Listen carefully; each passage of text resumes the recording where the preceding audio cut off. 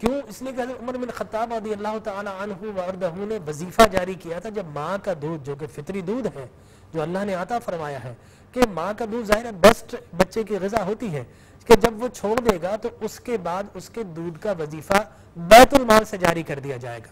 تو وہ خاتون بچے کا دودھ چھڑوا رہی تھی، بچہ رو رہا تھا، آپ نے جب سنا، آپ کو پتہ چلا، آپ بیت المال گئے، حکومت پر گئے واپس، اور آپ نے جا کے اعلان کر دیا کہ آج کے بعد بچہ ماں کا دودھ چھوڑے گا تب وظیفہ جاری نہیں ہوگا، بلکہ آج کے بعد اس دن سے بچے کا وظیفہ جاری ہوگا جب وہ اس دنیا میں پیدا ہوگا۔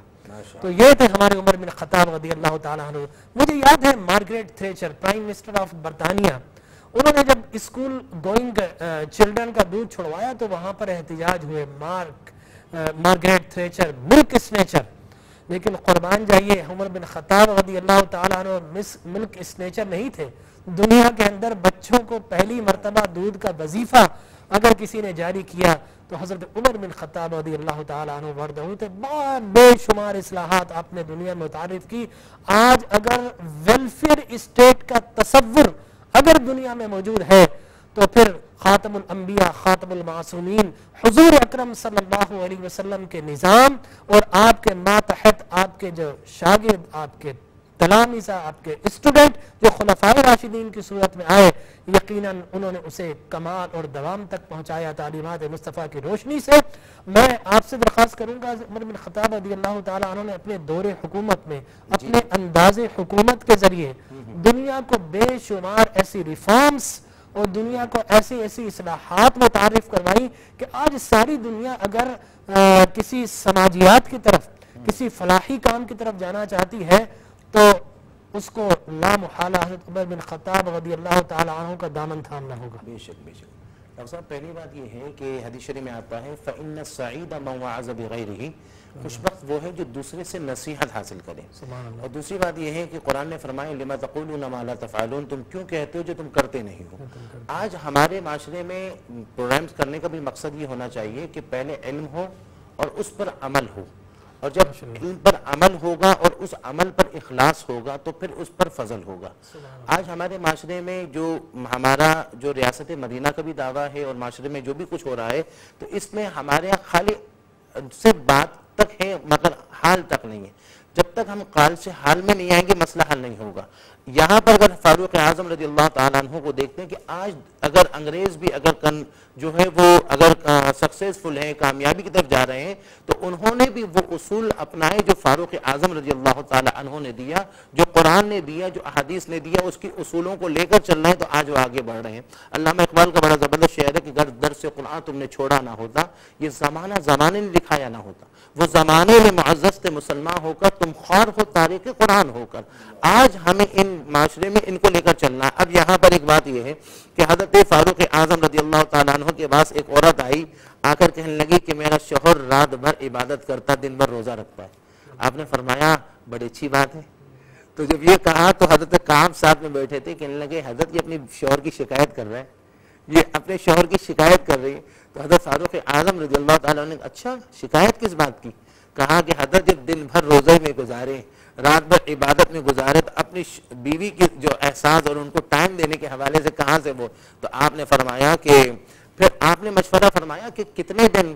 تو پھر آپ کو جواب دیا کہ قرآن نے فرمایا کہ 4 جو ہے نا شادی کرنے کا حکم ہے، فَانْكِحُوا مَا طَابَ لَكُم مِّنَ النِّسَاءِ مَثْنَىٰ وَثُلَاثَ، اور بعد 2 3 4 کرو۔ فرمایا کہ اس طرح جو ہے شوہر عبادت اپنی جگہ کرے، اپنی عبادت کا بھی ہے مگر یہاں گھر کا خیال بھی رکھے۔ پھر آپ نے باقاعدہ اصول بتایا۔ اور اسی طرح ایک دفعہ رات کا ٹائم تھا، ایک آواز اشعار کی آ رہی تھی، آپ نکلے اور آپ نے اشعار کی آواز سنی کہ ایک عورت اشعار پڑھ رہی ہے۔ پوچھا کس کی یاد میں پڑھ رہی ہو؟ کہا میرا شوہر ہے اس کی یاد میں پڑھ رہی ہوں، وہ وہاں پر غزوے میں گیا ہوا اس کی یاد میں پڑھ رہی ہوں۔ فرمایا حدود کو خلاف تو نہیں کیا؟ تھا نہیں حضرت ایسی کوئی بات نہیں ہے۔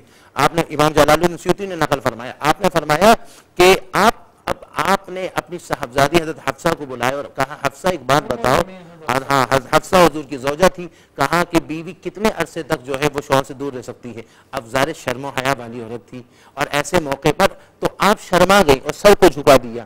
آپ نے فرمایا کہ یہاں شریعت کی حدود کو بتانا ہے تو بتاؤ تو صحیح۔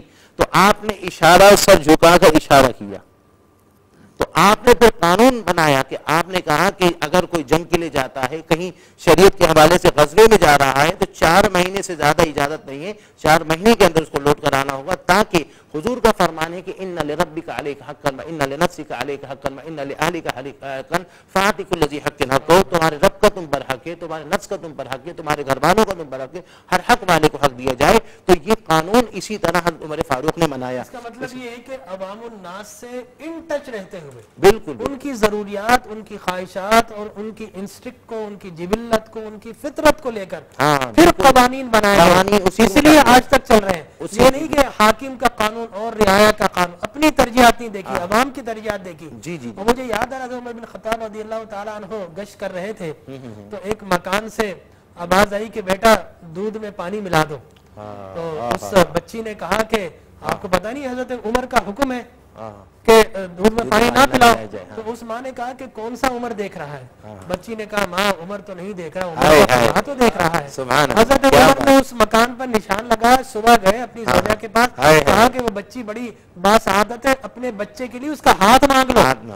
یہاں پر یہ نہیں دیکھا کہ جناب کتنی ملینئر ہے، بلینئر سے میں خلیفہ وقت ہوں، نسب ملنا چاہیے، جناب کمپیٹیبل ہونا چاہیے، نہیں، آپ نے شرافت دیکھی، آپ نے دیانت دیکھی، آپ نے دینداری دیکھی، اور پھر وہیں سے پھر ایسے ائمہ اہل بیت ملے، ائمہ مجتہدین ملے کہ آج دین اسلام پھر اسی نسل سے جاری و ساری ہے۔ عمار بابر صاحب ہمارے درمیان موجود ہیں، میں آپ سے درخواست کروں گا کہ آقا کریم علیہ الصلوۃ والتسلیم کے بارگاہ بے کس پناہ میں ہدیہ درود و سلام پیش کرنے کی سعادت حاصل کریں۔ میں کہ بے وقتو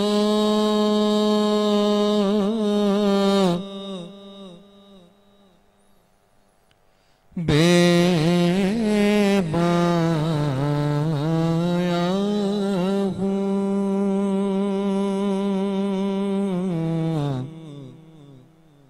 میں کہ بے وقتو بے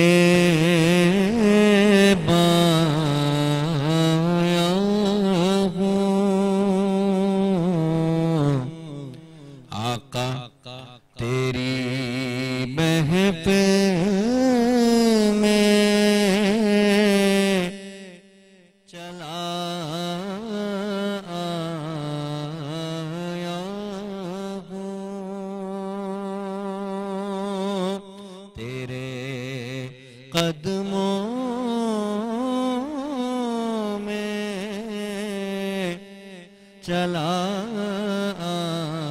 آیا ہوں،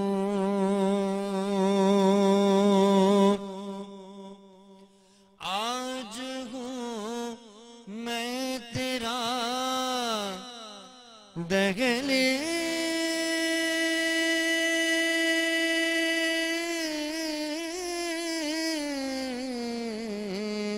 نشین، آج ہوں میں تیرا دہلیز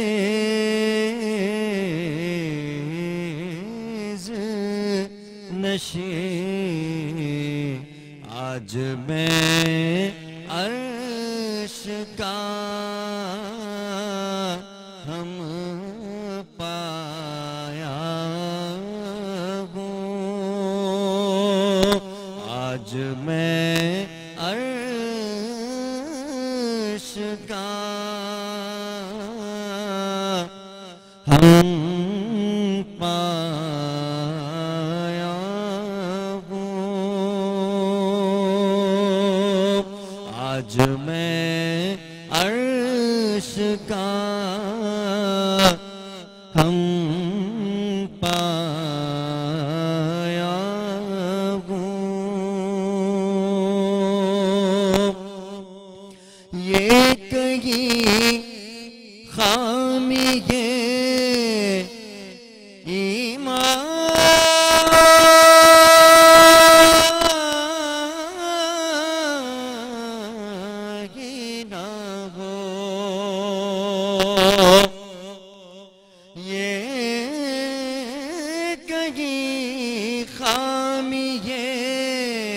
ایمان کہیں نہ ہو میں مدینے سے پلٹ آیا ہوں میں مدینے سے پلٹ آیا ہوں تیرا پہ کر کے ایک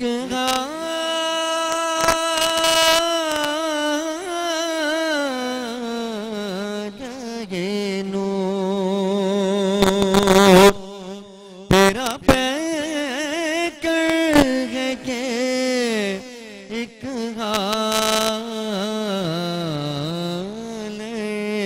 نور آقا جالیوں سے تمہیں دیکھایا ہوں جالیوں سے آقا تمہیں دیکھایا ہوں تیری چوکھٹ پر چلا آیا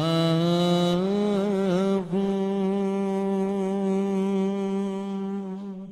معزز ناظرین، ایک بریک کا وقت ہے، بریک کے بعد انشاءاللہ پھر حاضر خدمت ہوتے ہیں۔ یقیناً آپ ہمارے ساتھ رہیں گے اور جانیں گے، سیکھیں گے کہ حضرت عمر بن خطاب رضی اللہ تعالی عنہ و ارضہ کی ذات، شخصیت کیسی تھی، اور آج کے دور میں ہمارے بچے ان سے کس طرح مستفید ہو سکتے ہیں۔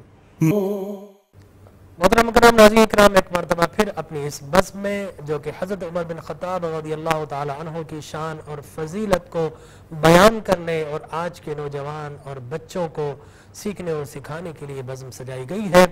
اور یقینی طور پر اقبال نے کہا تھا کہ ملا کی شریعت میں مستی گفتار، صوفی کی شریعت میں مستی احوال، وہ مرد مجاہد نظر آتا نہیں مجھ کو، ہو جس کے رگ و پے میں فقط مستی کردار۔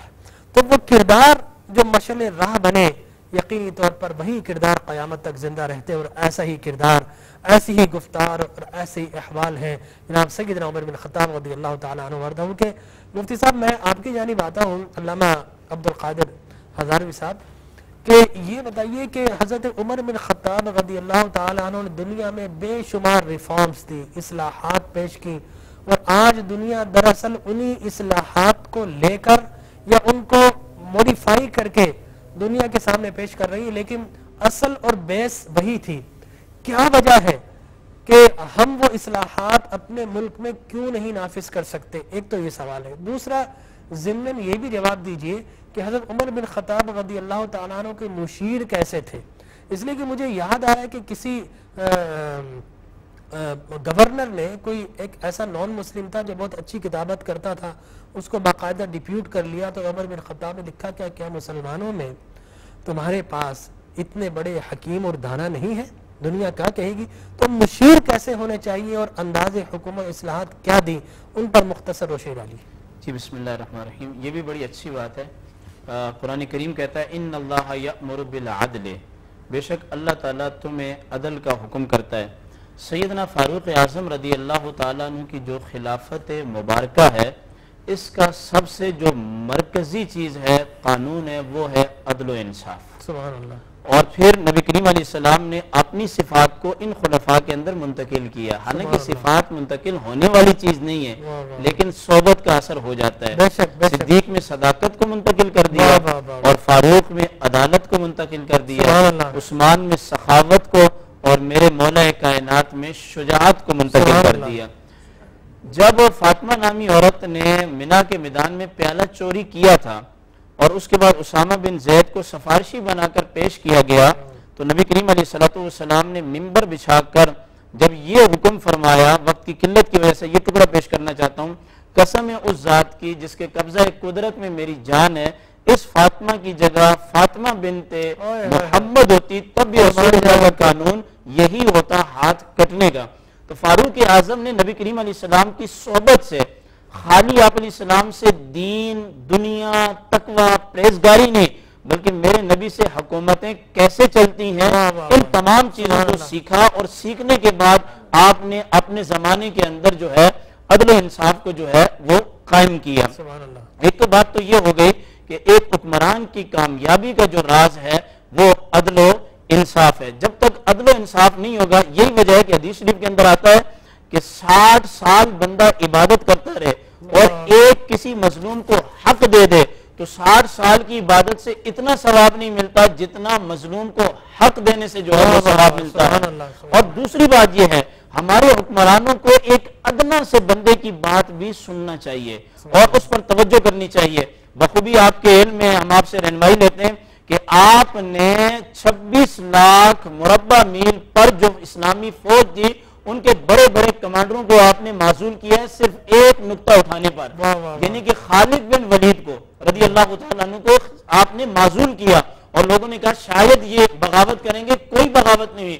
پتا چلا کہ جب آپ کا کردار صحیح ہے عدل و انصاف آپ کے اندر ہے پھر کسی وقت بھی کسی لمحے بھی آپ ضائع نہیں ہو سکتے.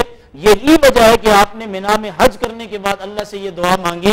عمر اب سن رسیدہ ہو گیا ہے اور رعایا پھیل چکی ہے حکومت پھیل چکی ہے. اب اس طرح گرفت نہیں ہے جس طرح پہلے گرفتی. مولا عمر کو ضائع کرنے سے پہلے اپنے پاس بلا لے تو ایک اچھے حکمران کے لیے رعایا کے اوپر گرفت کا جو ہے وہ مضبوط ہونا ضروری ہے. اور دوسرا جس طرح کہ آپ نے اپنے ایک واقعے میں کہ ان کو معزول کر دیا تمہیں کیا کوئی مسلمان نہیں ملا. صاحب بن نبی وقاص نے جب فارس کو فتح کیا تو خط لکھا اور خط میں یہ تھا کہ یہاں یونان کا اور فلاں یہ فلسفہ بڑی بڑی کتابیں نکلی ہیں تو ہم اس کو کیا کریں. فاروق اعظم نے 2 ٹوک جواب دیا. ایکشن 2 ٹوک ہونا چاہیے فوراً ہونا چاہیے جلدی ہونا چاہیے دیر پا نہیں ہونا چاہیے. فرمایا صاحب بن نبی وقاص تم پر سلام ہو اس پر سلام جس کو ہدایت ملتی ہے. تم نے جو علم برآمد کیا ہے اس کے برآمد ہوا ہے اس میں 2 چیزیں ہیں یا تو تمہیں ہدایت دے گا یا تمہیں گمراہ کرے گا. اگر یہ گمراہ کرتا ہے تو اس کو سمندر میں ڈال دو اس کو آگ لگا دو. اگر یہ ہدایت دیتا ہے تب بھی اس کو آگ لگا دو. کیوں کہ جو گمراہ کرتا ہے ہمیں اس کی ضرورت نہیں جو ہدایت دیتا ہے ہمارے پاس اللہ بڑھ کر اللہ کا قرآن کتاب ہدایت ہے. جس کے پاس کتاب ہدایت ہو اس کو اور قانون کی ضرورت نہیں ہوتی. فاروق اعظم کی کامیابی کا راز یہی ہے کہ میرے نبی کی جو حدیثیں وہی غیر مطلب کی صورت میں تھی اور قرآن کریم تلاوت کی صورت میں تھا. سب سے پہلے اس کو اپنے اوپر طاری کیا اور اس کے بعد رعایا کے اوپر. اور آخری بات مجھے کہنے دیجئے کہ جب آپ کی شہادت ہوئی نا اس وقت آپ پر 86,000 درہم قرض تھا. یہ اسی شخص پر ہو سکتا ہے کہ جو اپنی جو خلافت ہے اس میں امانت کا خیال رکھے اور اپنے آپ کو قوم کے مال میں اتنا تھکا دے حفاظت کر کر کے کہ اس کو کھانے پینے کے لیے جو ہے وہ قرض لینا پڑے. فرمایا عبداللہ سن لو آل عمر سے اس کو ادا کرنا. اگر آل عمر کے پاس نہ ہو تو عدی قبیلے سے لینا اور اگر عدی قبیلے سے نہ ہو تو پھر قریش سے لینا. کوئی مجھے ایسا حکمران تو دکھائے نا کہ جو مر رہا ہے اور اس دنیا سے جا رہا ہے اور اس پر اتنا بڑا قرض ہے. یہ قرض اس بات کی دلیل ہے کہ فاروق اعظم نے ہر کسی کو انصاف فراہم کیا اور حقدار کا حق عطا کیا. آپ نے کیا گفتگو آپ کی گفتگو کے اندر جو جذبے ہیں وہ ہمارے جذبوں کو توانائی دیتے ہیں. حضرت سعد بن ابی وقاص رضی اللہ تعالیٰ عنہ نے اپنا جو سیکریٹریٹ تھا اس کے سامنے دیوار بنا دی. حضرت عمر بن خطاب رضی اللہ تعالیٰ عنہ نے ایک گورنر جنرل بنائے ہوئے تھے. وہ جا کر دورہ کرتے تھے رپورٹ دیتے تھے. آ کر بتایا گیا کہ سعد بن ابی وقاص نے اپنے جو سیکریٹریٹ ہے اس کے سامنے دیوار کھڑی کر دی. بلایا کہ سعد ایسا کیوں کہا وہاں بازار ہے شور شرابہ آتا ہے امور حکومت چلانے میں دشواری ہوتی ہے. حضرت عمر بن خطاب رضی اللہ تعالیٰ عنہ کہا کہ سعد جس قصر کے سامنے دیوار آ جائے وہ قصر سعد نہیں قصر فساد ہوتی ہے. آپ نے کہا دیوار توڑ دو. آج اگر ہم جائیں تھانے کے سامنے دیوار سنتری کھڑا اندر نہیں جانے دیتا ہم کو. اگر ہم ڈی سی کے پاس جائیں تو اندر نہیں جانے دیتے. کمشنر تو بہت دور کی بات ہے آئی جی ڈی آئی جی اور پھر چڑھ جائے کہ وزیر اعظم وزراء اور پھر جناب وزیر اعلیٰ بڑی بڑی محل کے دیواریں عوام الناس کی اپروچ نہیں ہے.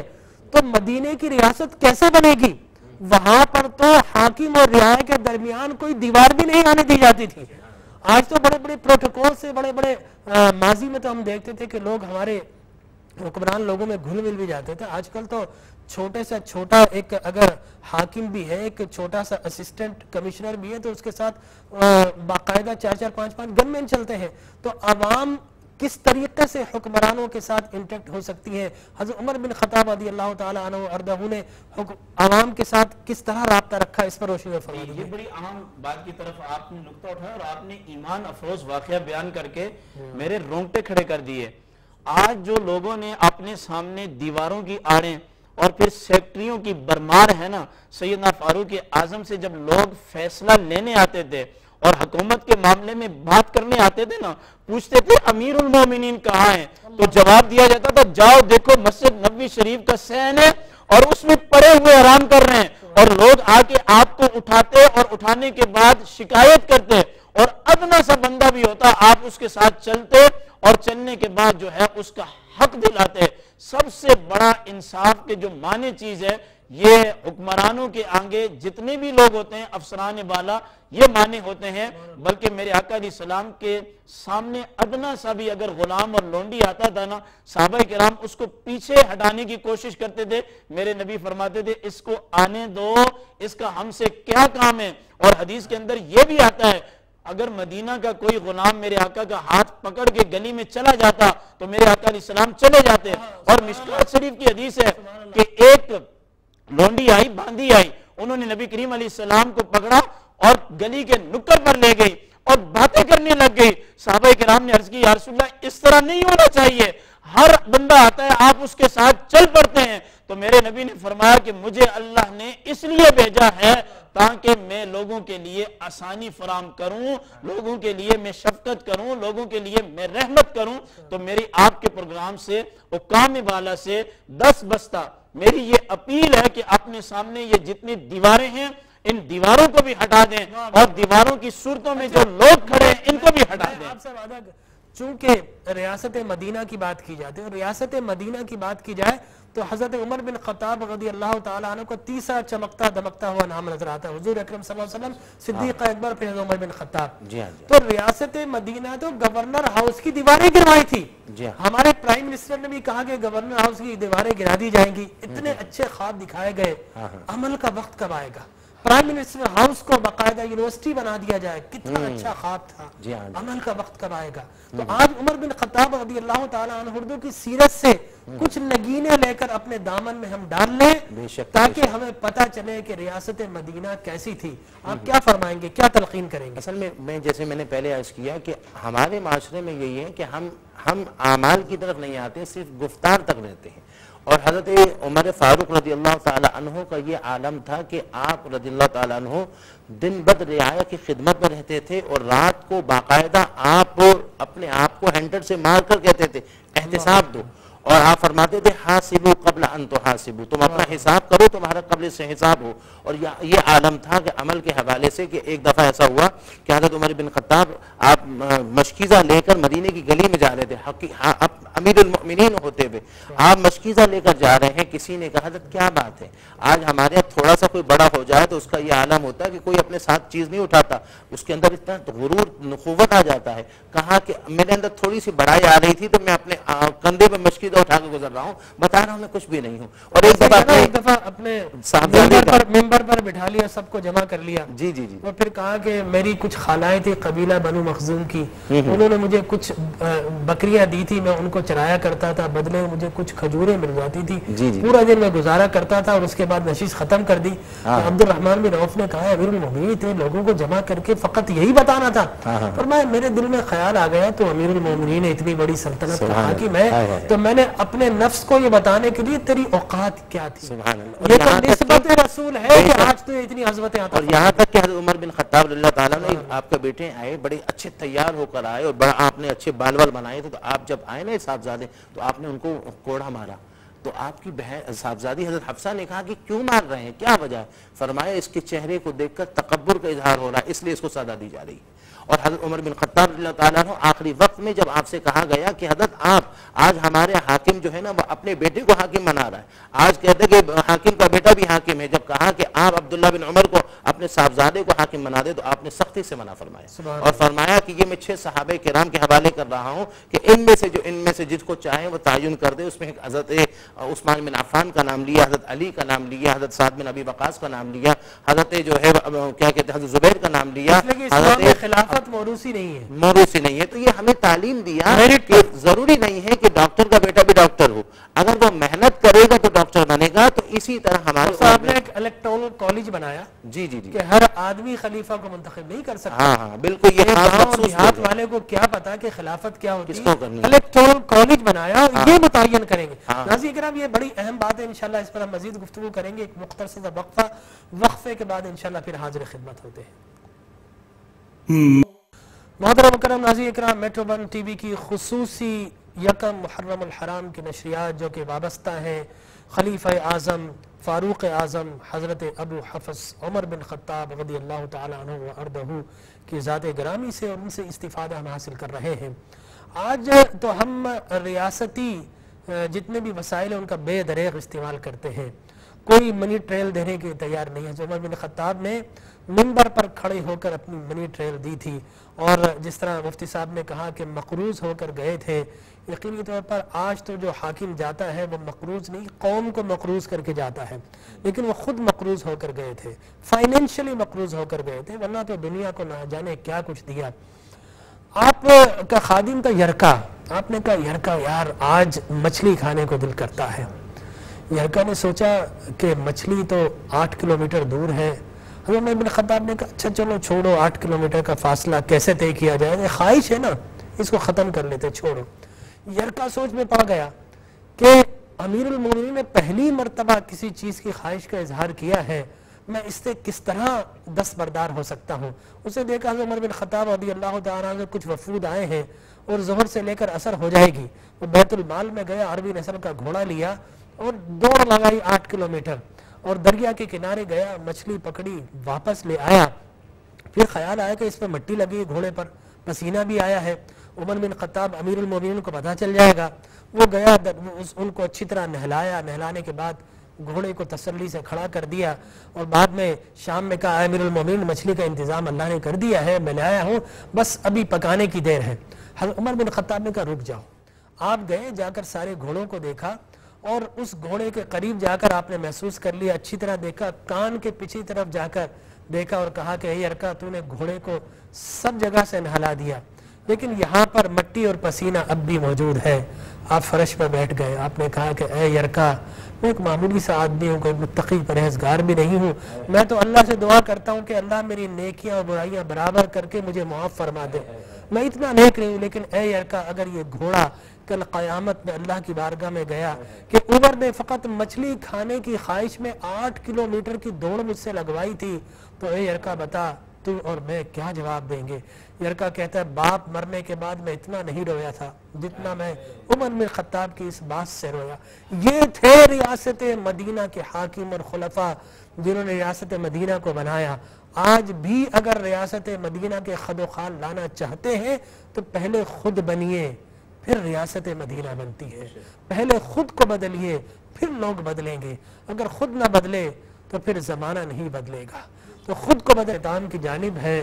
حضرت عمر بن خطاب رضی اللہ تعالیٰ عنہ کی ہستی وہ مینار نور ہے. قیامت تک آنے والی نسلیں ان سے اکتساب فیض کرتی رہیں گی. اور یقینی طور پر جب آپ بیت المقدس پہنچے تو عالم یہ تھا کہ سواری پہ غلام نظر آتا تھا اور پیدل امام نظر آتا تھا. تو فلسطین بغیر لڑے فتح ہو گیا تھا. ایک ہی گھاٹ پر بکری اور شیر پانی پیتے ہوئے نظر آتے تھے. حضرت عمر بن خطاب رضی اللہ تعالیٰ عنہ کو ابو لؤلؤ فیروز مجوسی لعنہ اللہ اس نے جب آپ کو زخمی کیا، حضرت علی کرم اللہ وجہہ الکریم کسی حکیم کو جانتے تھے، وہ اس حکیم کو لینے گئے اور جیسے ہی مدینے میں پہنچے تو دیکھا کہ 2 مسلمان آپس میں لڑ رہے ہیں. آپ نے حکیم سے کہا اب آپ کی ضرورت نہیں رہی، حضرت عمر شہید ہو گئے، آپ واپس جائیے. حکیم نے کہا کہ آپ کو کیسے پتا چلا، آپ تو میرے ساتھ تھے. کہا کہ وہ دیکھو سامنے دو مسلمان نظر آ رہے ہیں لڑتے ہوئے، خدا کی قسم عمر زندہ ہوتے تو دو مسلمان باہم دست و گریباں نہ ہوتے۔ تب سے لے کر آج تک مسلمان باہم دست و گریباں ہیں۔ حاکم اپنی حکومت کے نشے میں ہے، رعایا حاکم کو دیکھ کر قانون کی پاسداری کرنے کی بجائے قانون کو پیروں تلے مسل رہی ہے۔ اقبال کے ان اشعار پر میں عمار صاحب سے درخواست کروں گا کہ حضرت عمر بن خطاب کے اشعار پڑھیں، ان کے مناقب پڑھیں کہ واعظ قوم کی وہ پختہ خیالی نہ رہی، برق طبعی نہ رہی، شعلہ مقالی نہ رہی، رہ گئی رسم ازاں روح بلالی نہ رہی، فلسفہ رہ گیا تلقین غزالی نہ رہی، مسجد مرثیہ خواہیں کہ نمازی نہ رہے، یعنی وہ صاحب اوصاف حجازی نہ رہے۔ دعا کیجئے اللہ تبارک و تعالی وہی اوصاف والے حجازی پھر سے عطا فرما دے۔ عمار بابر صاحب۔ جو در کعبہ کھلوائے اسے فاروق کہتے ہیں، جو در کعبہ کھلوائے اسے فاروق کہتے ہیں، جو رب کا دین منوائے اسے فاروق کہتے ہیں، وہ جس کے حکم کو مانا ہواؤں نے سمندر نے، جو دریا خشک چلوائے اسے فاروق کہتے ہیں، جو دریا خشک چلوائے اسے فاروق کہتے ہیں، اثر ہے جو محمد پاک کی دعاؤں کا، فخر ہے جو محمد کی شریعت کے گواہوں کا، جو در کعبہ کھلوائے اسے فاروق کہتے ہیں۔